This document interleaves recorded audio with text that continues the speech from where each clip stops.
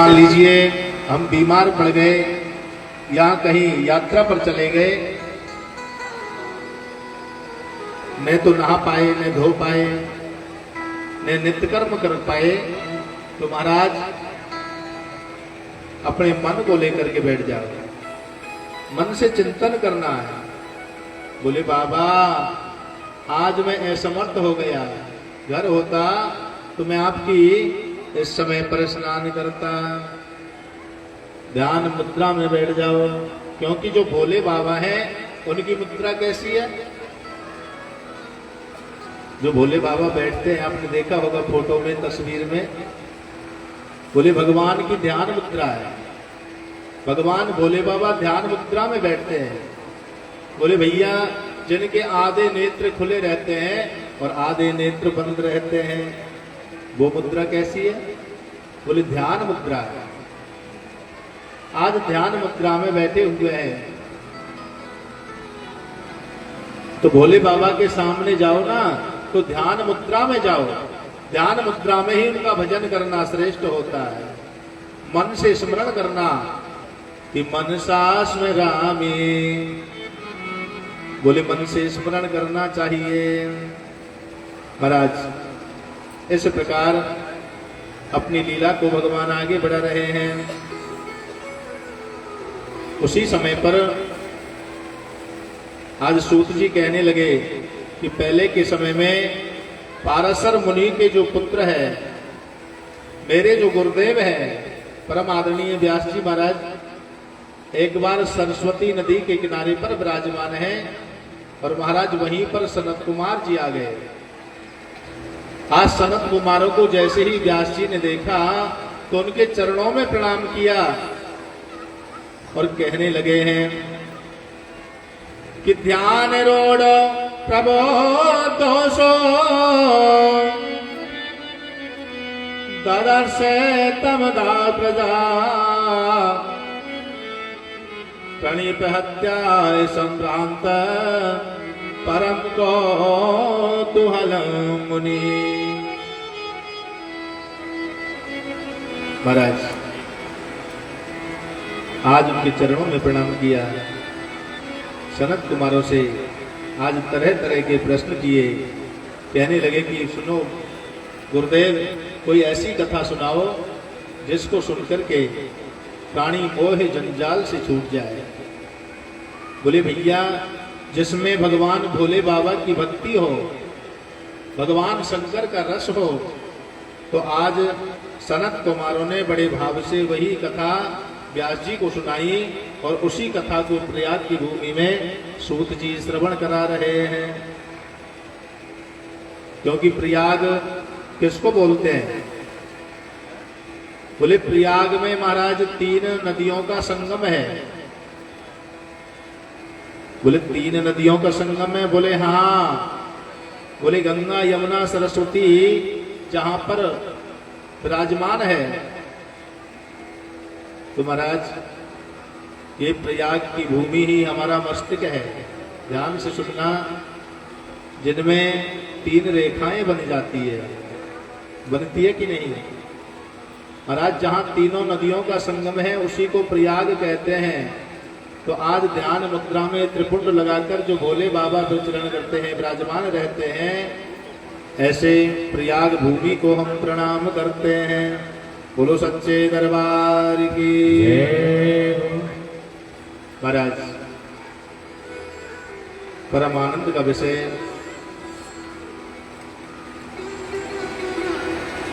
आज मंद्राचल पर्वत पर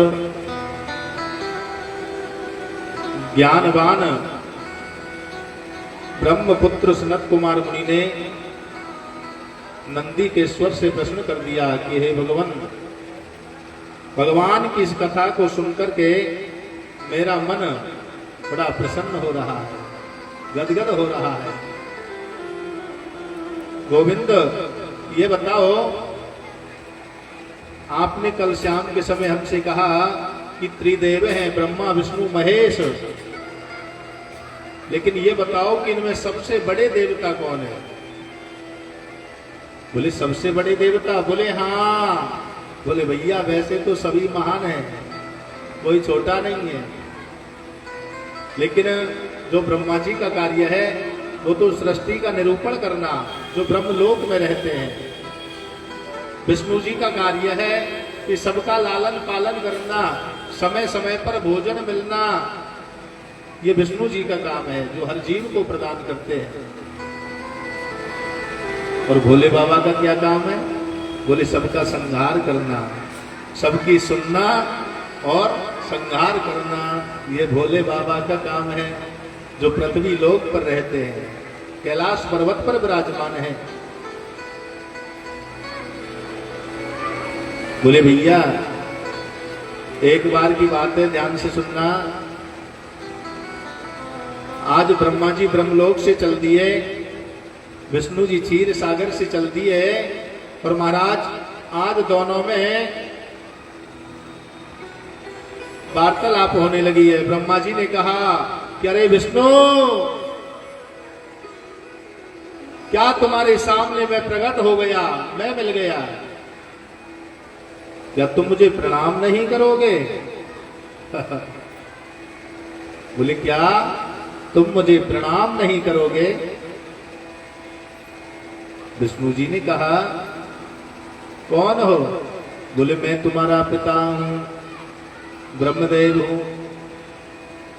बोले भैया संसार में कोई किसी का पिता नहीं है, अरे तुम तो केवल उत्पत्ति ही तो करते हो, जन्म तो हर कोई प्रदान कर देता है, लेकिन जो उसका लालन पालन करता है ना, वही उसका पिता होता है। बोले ये बताओ कि तुम पिता हो कि मैं पिता हूं? कि वत्स है विष्णु महामान, अगातम काल बढ़ेगा, पितामहस्य जगता पाता चे तब वत्स का। कि मुझे पिताजी को प्रणाम करो। तो महाराज आज जैसे ही पिताजी कहा, इधर कि मन्ना भी कमला जात पुत्र से भाव के व्रता। तो विष्णु जी ने क्या कहा? विष्णु जी कहने लगे हैं कि मत सस्तम जगदम वत्सः मनुष्य त्वम ही चोरवत। कह रहे ब्रह्मा जी चोर की तरह बातें क्यों करते हो, जबकि तुम्हें पता है कि मैं भी एक लालन करता हूं, मैं भी संसार का पिता हूं, तो पिता शब्द से संबोधित क्यों करते हो? बोले भैया आज दोनों में लड़ाई झगड़ा प्रारंभ हो गया। बोले लड़ाई किस बात की होती है? हम भी जानते हो, हम भी जानते हैं। बोले लड़ाई किसकी है संसार में? क्योंकि मान लीजिए एक घर में दो बहू आ गई, ध्यान से सुनना। बोले घर में दो बहू आ गई, एक बहू तो कहती है कि मैं ज्यादा काम करती हूं बोले दूसरी कहती है मैं ज्यादा काम करती हूं। बोले भैया गुण में मैं बड़ी हूं, दूसरी कहती है कि गुण में मैं बड़ी हूं। बोले भैया बड़ी के लिए ही तो लड़ाई होती है, और झगड़ा किस बात का है? कई लोगों को आपने देखा होगा कि अपने आप को दक्ष बनने के लिए ही संसार में लोग लड़ते हैं कि मैं बड़ा हूं, मैं बड़ा हूं, जबकि बड़ा कोई नहीं होता है। बोले माता जी बड़ा कौन है? बोले बड़ा तो केवल भगवान का नाम है, कि नाम सकल, क्या लिखा है तुलसीदास जी ने? ओ नाम सकल नामन ते अधिका। ओ नाम सकल नामन ते अधिका। राम सकल नामन ते अधिका। ओ राम सकल नामन ते अधिका। ओ हे नाथ अग अग गज बधिका। हो ये नाथ अग अग गज बधिका।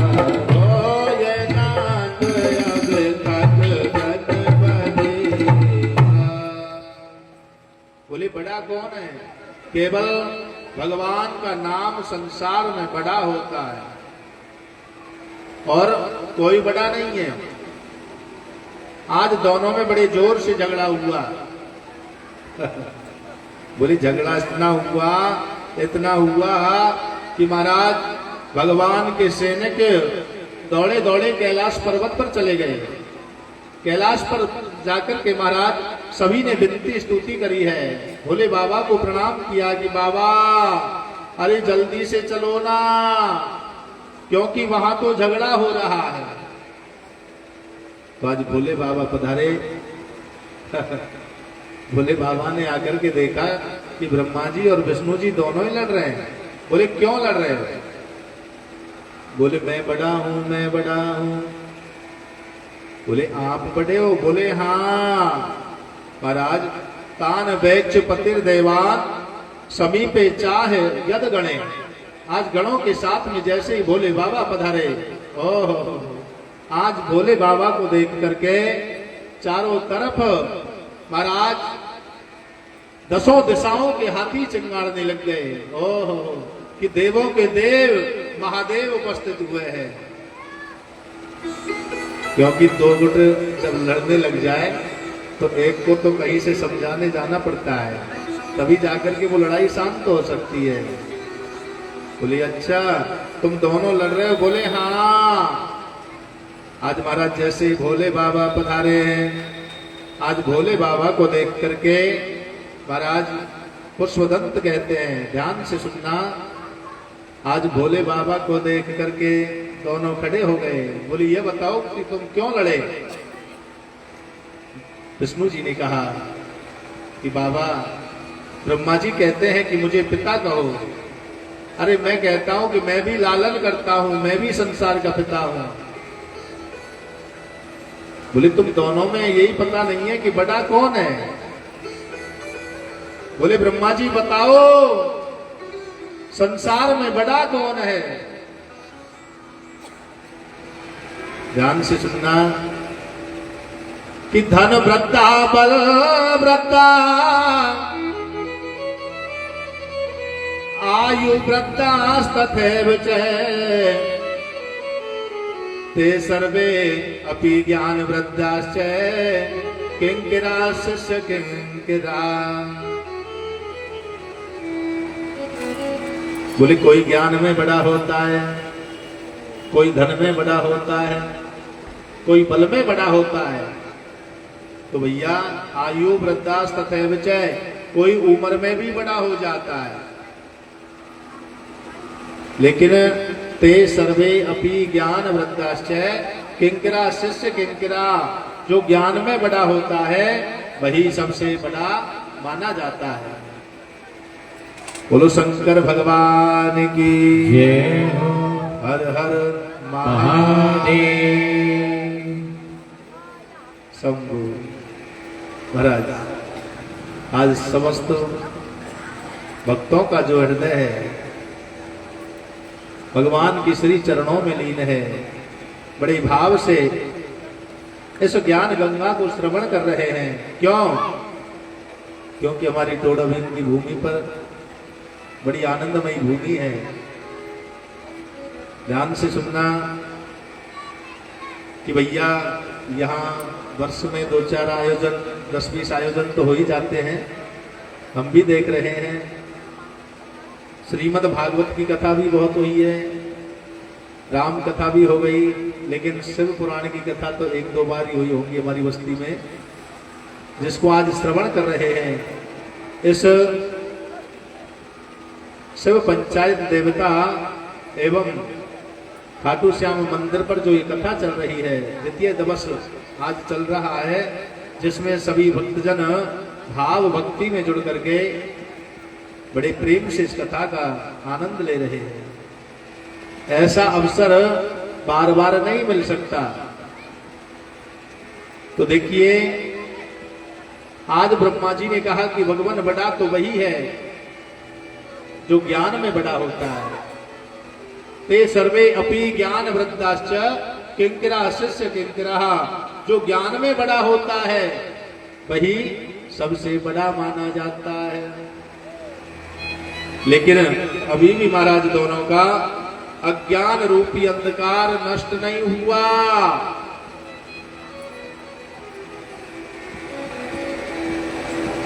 शौनकादिक ऋषियों ध्यान से सुनना। आज उसी क्षण भगवान कहने लगे कि अरे ब्रह्मदेव, देखो ना संसार में बड़ा कौन है। तो उसी क्षण भगवान ने अपने ज्योतिर्लिंग को उत्पन्न कर दिया है।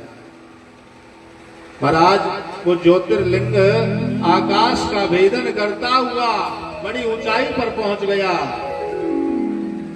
आज दोनों से बोल दिया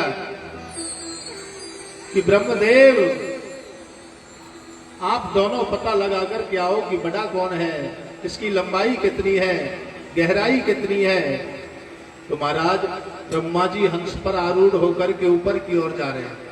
बोले मैं जाऊंगा ऊपर जाकर के देखूंगा कि इसकी ऊंचाई कितनी है। और महाराज ब्रह्मा जी आज गरुड़ पर बैठ करके, गरुड़ पर विराजमान होकर के पृथ्वी के अंदर जा रहे हैं। बोले मैं नीचे के हिस्से को देखूंगा कि कितनी लंबाई है महाराज। बोले शंकर भगवान की जय हो।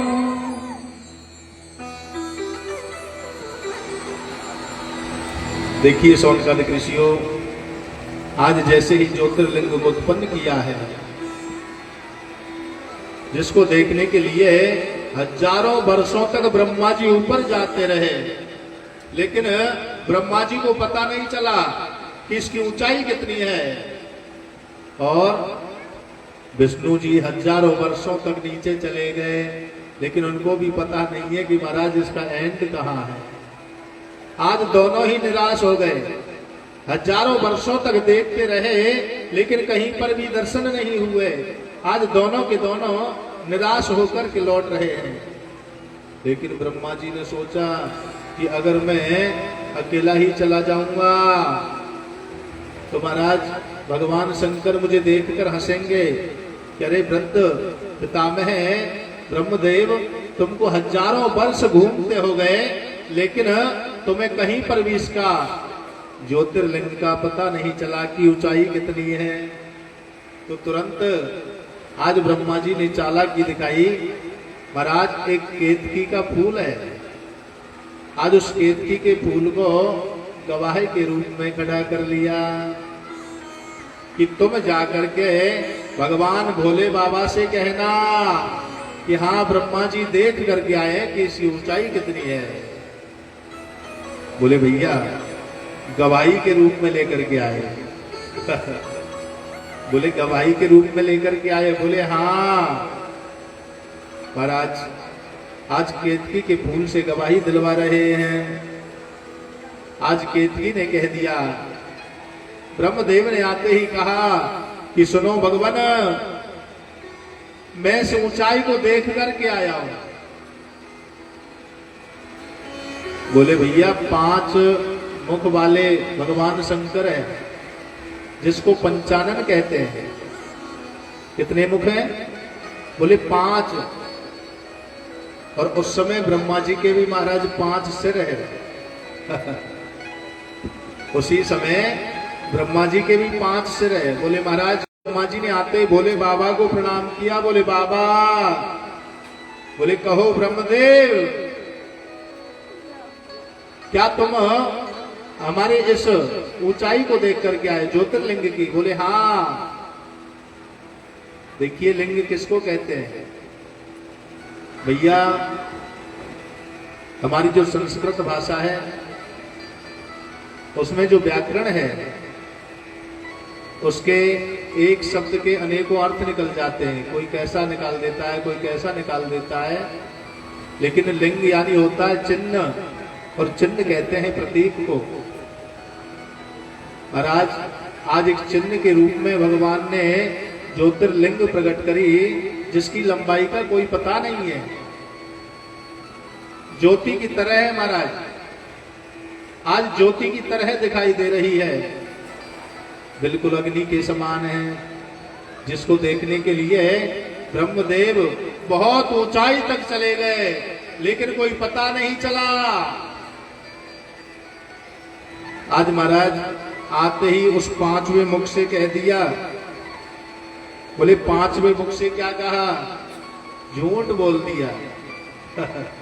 और जबकि हमारी रामचरितमानस कहती है कि नहीं असत्य सम पातक पुंजा, कि झूठ के समान संसार में कोई पाप नहीं होता है।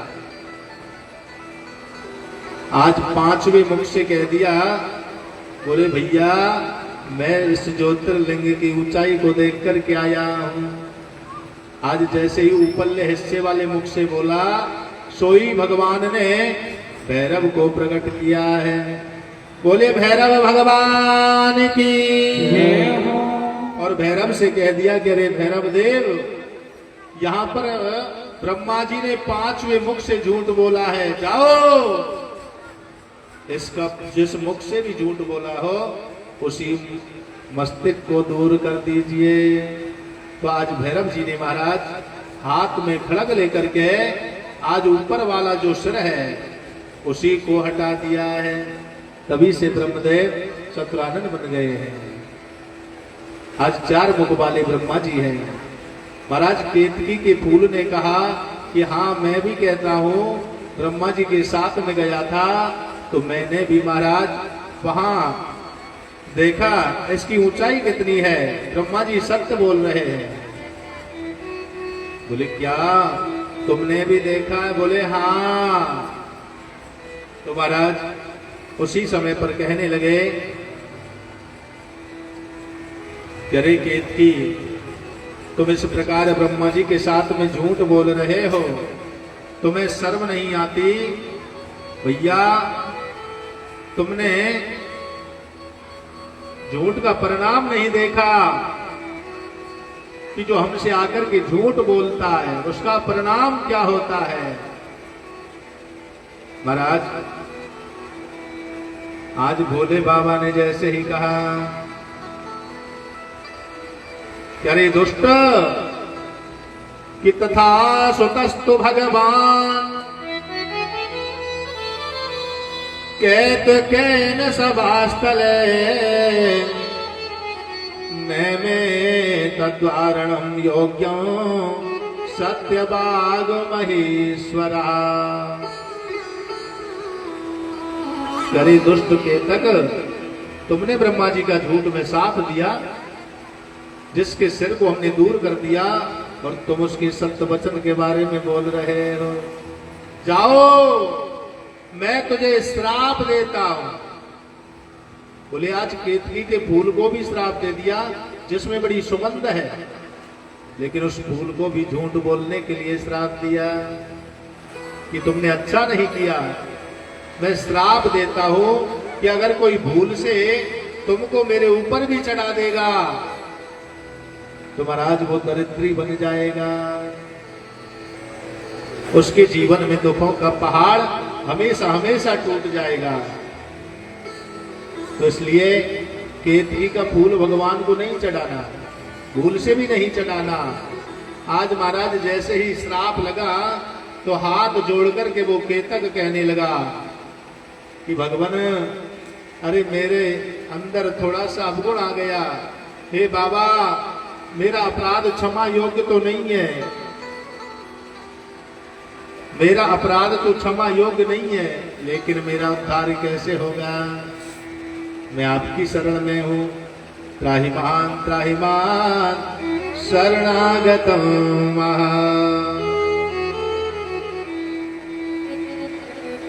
महाराज आज जैसे ही क्षमा मांगने लगा तो भोले बाबा को दया आ गई है। तो क्या कहने लगे हैं कि मदियाष्टाम धरे संते जन्म ते सफलम तमा त्वं ते विदान व्याजेना ममो परिभवाक्यते। तो आज भोले बाबा को दया आई और कहने लगे कि सुनो केतक, मेरी पूजा के लिए ही तुमको दूर किया है। क्या कहा कि मेरी पूजा के लिए ही तुमको दूर किया है, लेकिन जो मेरे अपने हैं जैसे विष्णु जी हैं, और आज वहां तुम्हारी पूजा होगी, तुम वहां काम में आ जाओगे। और कभी कभी हमारे ऊपर भी जो मंडप बनाया जाएगा तो उस मंडप में भी तुम्हारे दर्शन होते रहेंगे। ऐसा आश्वासन दिया है भोले बाबा ने। बोलो शंकर भगवान की। अरे कर दो बेड़ा पार। क्या कहने लगे हैं? ओ कर दो बेड़ा पार, ओ मेरे तुम भोले बाबा, तुम कर दो बेड़ा पार, मेरे तुम भोले बाबा, तुम कर दो बेड़ा पार, मेरे भोले बाबा, तुम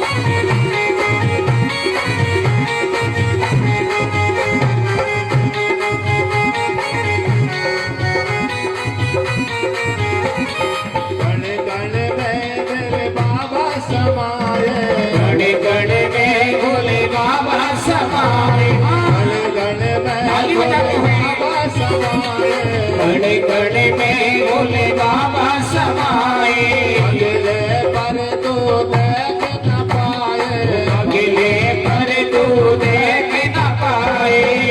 कण में मेरे बाबा समाए, कण कण में मेरे बाबा समाए, कण में भोले बाबा समाए, कण कण में भोले बाबा समाए। अगले पर तू देख न पाए, अगले पर तू देख न पाए।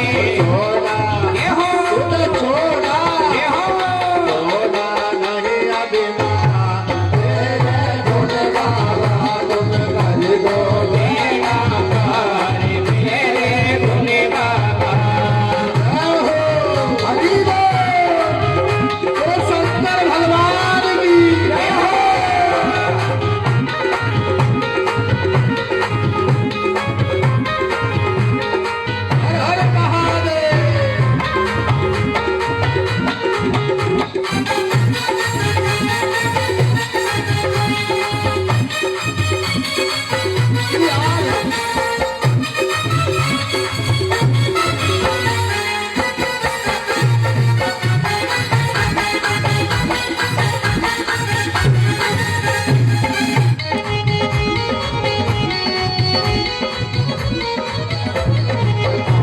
आशुतोष तुम अवडर जाने आशुतोष तुम्हें अवडर जाने आशुतोष तुम अवडर जाने आशुतोष तुम्हें अवडर जाने आया हूँ मैं शरण तुम्हारे आया हूँ मैं शरण तुम्हारी आया हूँ मैं शरण तुम्हारे आया हूँ मैं शरण तुम्हारे रखना तेरे भोले बाबा तुम कर दो मेरा प्यार मेरे भोले बाबा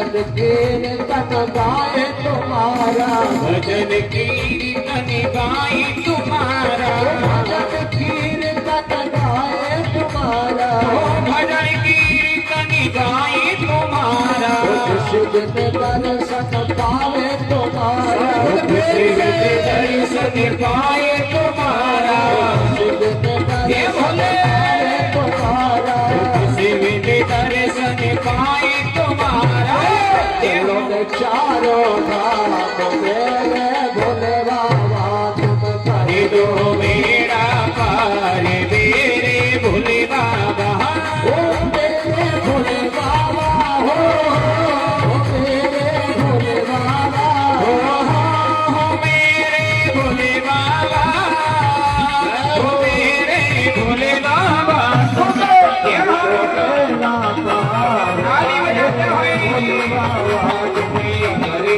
मेरा पार मेरे भोले बाबा कर दो मेरा पार मेरे भोले बाबा तुम कर दो मेरा पार मेरे भोले बाबा मेरे भोले बाबा ओ मेरे भोले बाबा ओ मेरे भोले बाबा ओ मेरे भोले बाबा ओ मेरे भोले बाबा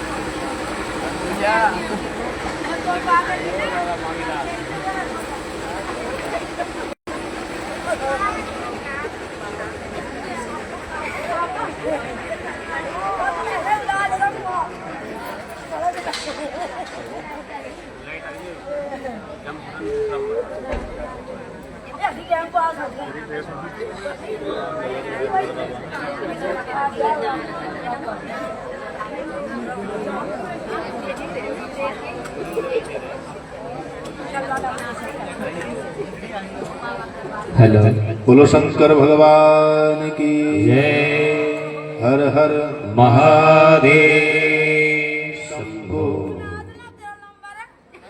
महाराज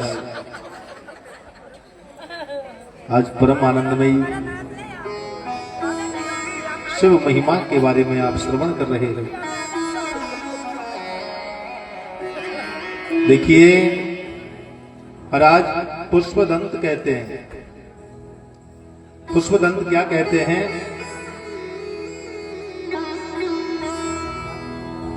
कि सब धरती का गज करो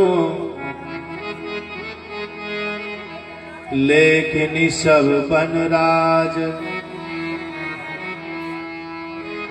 सात समुद्र के स्याहे करो तो शिव गुण लिखा न जाए।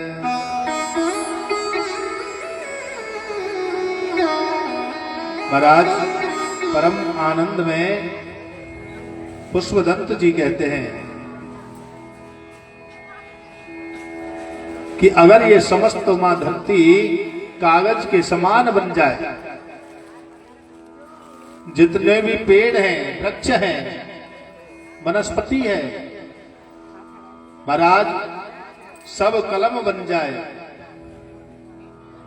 और जितने भी समुद्र इस पृथ्वी पर बसे हुए हैं, अगर समस्त पृथ्वी के समुद्र अगर स्याही बन जाए, उनसे भगवान शंकर की महिमा को लिखा जाए तो भी महाराज नहीं लिख पाते। क्यों? क्योंकि भगवान की महिमा तो बड़ी विचित्र है, भोलेनाथ की महिमा तो बड़ी विचित्र है। आज देखिए भगवान शंकर जिन्होंने ज्योतिर्लिंग प्रकट कर दिया, जिसका भेद किसी को नहीं है महाराज, जिसका न तो कोई आदि है, न अंत है, न कोई मध्य है, सब और दिखाई देता है। आप जितनी नीचे जाओगे, जितने ऊपर जाओगे, तो चारों तरफ भगवान का ज्योतिर्लिंग दिखाई देगा। क्यों? क्योंकि भगवान की महिमा को कोई नहीं जान पाया। आज दोनों ने चरणों में प्रणाम किया कि भगवान हमारे अपराध को क्षमा करो। क्यों? क्योंकि बड़ा तो बड़ा ही होता है। आज हमने तुम्हारे महत्व को देख लिया कि अहो अनंत दासाना महत्वम द्रष्टम पथ्य में। आज हाथ जोड़कर के ब्रह्मा जी और विष्णु जी कहने लगे हैं कि हम तो आपके दास हैं भगवान। आज हमने आपके महत्व को देख लिया कि न तो तुम्हारा कोई आदि है, न कोई अंत है। हमने चारों तरफ जाकर के देख लिया। भगवान हमें क्षमा कर दो, हम आपकी शरण में हैं। त्राहिमां शरणागतो महा। आज दोनों के दोनों महाराज भगवान शंकर की शरण में हैं, क्षमा मांग रहे हैं। तो देखिए, लेकिन आज ब्रह्मा जी के पास में गौ माता भी पहुंची है। ध्यान से सुनना। बोले गौ माता भी पहुंच गई? बोले हाँ। आज गौ माता ने भी ब्रह्मा जी का पक्ष लिया। बोले झूठी गवाही के लिए गौ माता भी पहुंच गई। गौ माता ने भी बोल दिया कि हाँ ब्रह्मा जी सत्य बोल रहे हैं। तो महाराज तुरंत भोले बाबा कहने लगे कि अरे गौ, अरे अबिला, क्या तुम भी ब्रह्मा जी के साथ में शामिल हो रही हो? बोले हाँ। बोले तुमको भी ब्रह्मा जी ने शामिल कर लिया? बोले हाँ। महाराज तो आज भोले बाबा ने कह दिया कि गौ, थोड़ा दंड तो आपको भी देखना पड़ेगा, क्योंकि आपने भी झूठ बोला है। तो महाराज आज मां गौ से कह दिया कि सुनो, वैसे तो मैं ज्यादा आपको श्राप नहीं दे सकता, लेकिन जिस मुख से तुमने झूठ बोला है, जाओ, मैं कहता हूं तेरा रोम रोम पवित्र रहेगा, लेकिन जिस मुख से तुमने झूठ बोला है वो मुख अपवित्र रहेगा। तभी से महाराज गौ माता का मुख हर वस्तु को प्रदान खा लेती है। आपने भी देखा होगा, ये भोले बाबा का ही प्रताप है। देखिए सोनकादिक ऋषियों, वैसे तो रूम रूम में देवी देवता निवास करते हैं। बोले देवी, तुम्हारे हर रूम में देवताओं का निवास होगा। बोले 33 कोटि देवता तुम्हारे अंदर निवास करेंगे। महाराज ध्यान से सुनना। उसी दिन से गौ के मुख में भोले बाबा ने निवास किया। और पीठ के ऊपर महाराज ब्रह्मा जी निवास कर रहे हैं, गले में विष्णु जी निवास कर रहे हैं। जो स्तन है, स्तनों में महाराज 4 वेद निवास कर रहे हैं। जो गौ के खुर हैं, उन खुरों में महाराज जितने भी पर्वत हैं, वो समस्त पर्वत अरावली पर्वत हैं, बड़े बड़े दिव्य पर्वत हैं, जो गौ के खुर में निवास करते हैं। आज जितने भी 33 कोटि देवता हैं, भगवान शंकर के कहने से सबरे के सबरे गौ माता के अंदर प्रवेश करने लगे। महाराज भगवान विष्णु ने माता लक्ष्मी से कहा कि आप भी चलो, हमारे संग में निवास कर लेना। लेकिन माता जी ने कह दिया कि मैं नहीं जाऊंगी। बोले आप नहीं जाओगी? बोले हाँ। बोले आप नहीं जाओगी ना? कोई बात नहीं है, हम तो जा रहे हैं। तो आज भगवान विष्णु तो पहुंच गए, लेकिन माता जी वहीं बैठी रह गई। थोड़ी देर के बाद में देखा कि जितनी भी मात्र शक्तियां हैं, सबरी की सबरी अपना स्थान लेने के लिए गौ माता के शरीर में प्रवेश कर गई। महाराज अब तो माता लक्ष्मी जी अकेली पड़ गई हैं। बोले जितनी भी नदियां हैं वो गौमूत्र में निवास कर रही है। महाराज माता लक्ष्मी जी रह गई। बोले सबरे के देवताओं ने आसन तो ले लिया, लेकिन अब मैं कहां जाऊं, मैं तो अकेली पड़ गई। तो माता गौ के पास में जाकर के कहने लगे कि अरे ओ मैया, मुझे भी स्थान दे दो। बोले तुम्हें स्थान में कहां प्रदान करूं, मेरे अंदर तो सबरे के सबरे देवी देवता निवास कर रहे हैं, कोई जगह ही ना बची है। बोले कहीं भी दे दो। बोले सुनो देवी, अब तो एक वस्तु बची है। बोले वो कौन सी है? बोले गौ गोबर। बोले यही वस्तु बची है। अगर लक्ष्मी जी आपको चाहिए ना, तो तुम्हारा हमारे गोबर में निवास कर सकती हो। तो महाराज लक्ष्मी जी ने सोचा कि कहीं भैया इस जगह को भी कोई देवी देवता आकर के और ले ले, उसके बाद में मुझे कोई जगह ना बचे। सो आज माता लक्ष्मी जी ने गौ गोबर में निवास किया है। बोलो लक्ष्मी मैया की जय हो। क्योंकि देवताओं ने प्रश्न किया था भोले बाबा से कि बाबा अरे ऐसी जगह बताओ जहां एक जगह भोजन कराने से समस्त देवताओं को भोग लग जाए। तो आज भोले बाबा ने कह दिया जाओ, एक ऐसा स्थान है वो गौ माता है। बोले गौ माता को अगर तुमने भोजन करा दिया तो समस्त देवता प्रसन्न हो जाएंगे। तो इसीलिए आज देवताओं ने गौ माता के अंदर प्रवेश किया। मान लीजिए हमने पहला ग्रास भोजन बनाते हैं, आपने बहुत सी कथाएं सुनी हैं, तो मेरा निवेदन है समस्त माता बहनों से कि बिना नहाए भोजन नहीं बनाना चाहिए। घर में प्रसादी बनाती हो, भोजन बनाती हो, तो स्नान ध्यान करके ही बनावें। अगर स्नान ध्यान करके जब माता जी भोजन बनाती है, पहला गौग्रास निकालती है। बोले भैया गौग्रास कैसा होता है? बोले जैसा भोजन हम करते हैं वैसा ही भोजन गौ को खिलाना है। बोले भैया चाहे चपाती बनाओ या कोई मालपुए बनाओ, तो मीठा भोजन का गौ को देना चाहिए, नैवेद्य लगा करके अर्पण करना चाहिए। क्यों?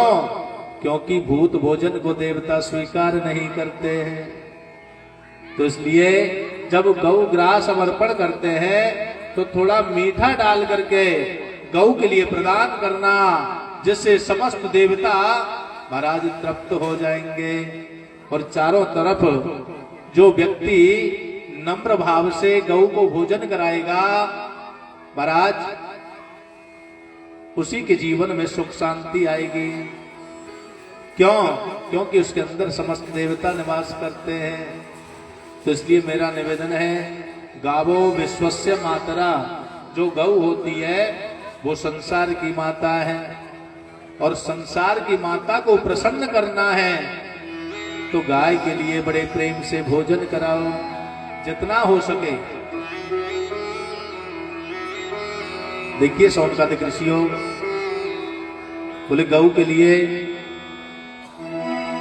वो इस पापी युगों में गौ माता का हो नहीं कोई रखवाला। हे गोविंदा गोपाला, हे गोविंदा गोपाला, हे गोविंदा गोपाला, हे गोविंदा गोपाला। इस पापी युग में गौ माता का नहीं कोई रखवाला। हे गोविंदा गोपाला, हे गोविंदा गोपाला, हे गोविंदा गोपाला, हे गोविंदा गोपाला। बोले गौ माता की जय हो। सभी बोले प्रेम से जय हो।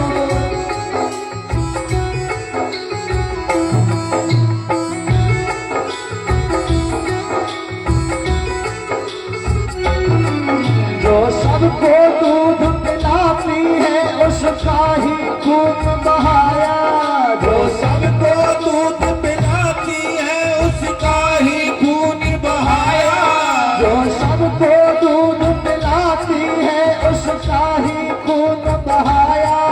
जो सबको दूध पिलाती है उसका ही खून बहाया। धिक्कार है उसको जिसने गौ का मांस नोच कर खाया। धिक्कार है उसको जिसने गौ का खून नोच कर खाया। गौ का मांस नोच कर खाया। जो सबको जीवन देती है उसका ही वध कर डाला। हे गोविंदा गोपाला, हे गोविंदा गोपाला, हे गोविंदा गोपाला, हे गोविंदा गोपाला।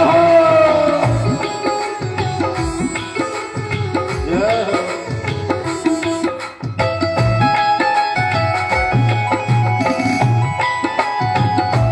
बोले गौ माता की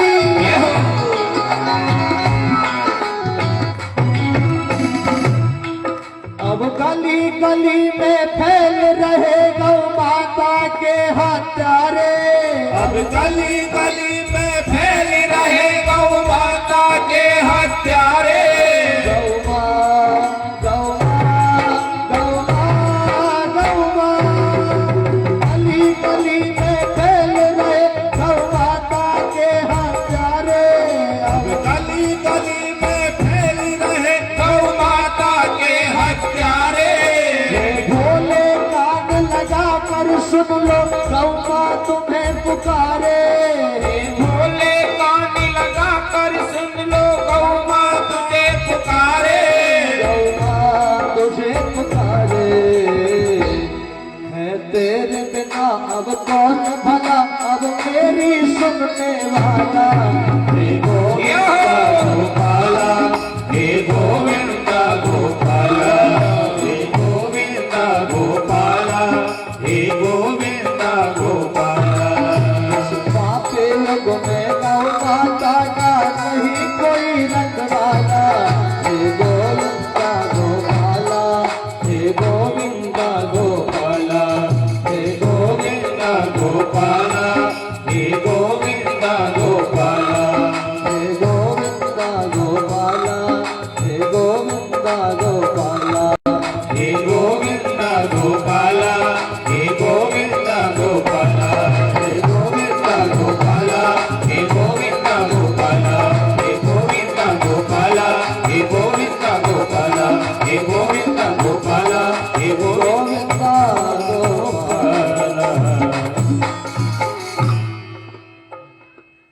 बोलो शंकर भगवान की जय हो। हर हर महादेव। शंभो। महाराज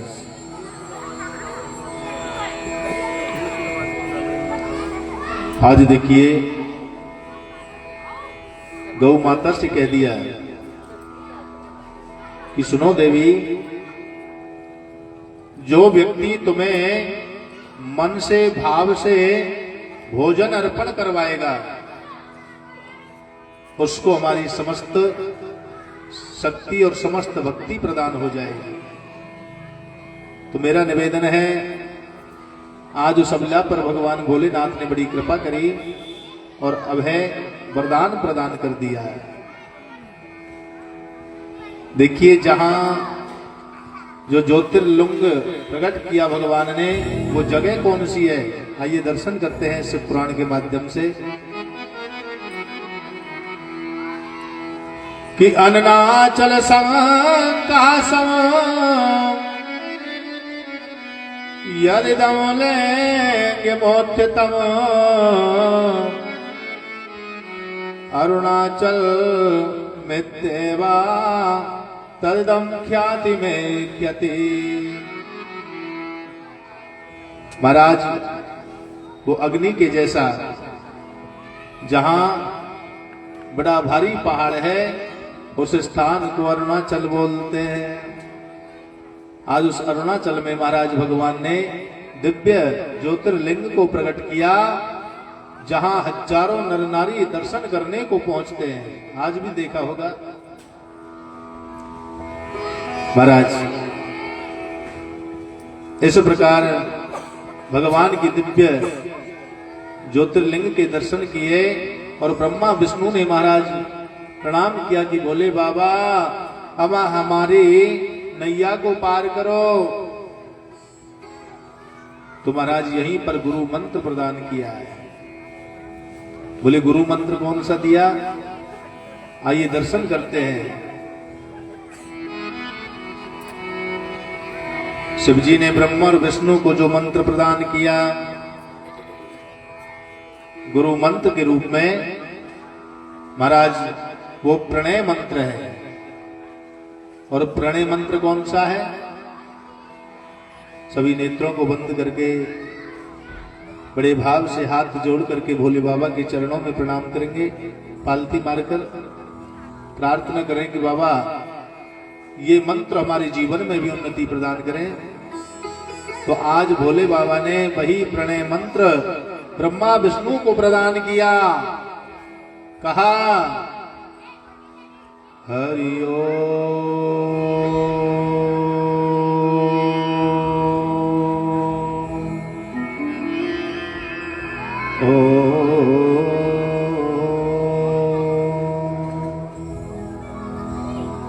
ये कौन सा मंत्र है? बोले प्रणय मंत्र।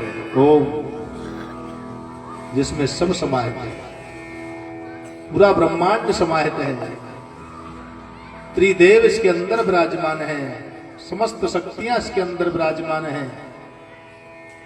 आज प्रणय मंत्र को दे दिया।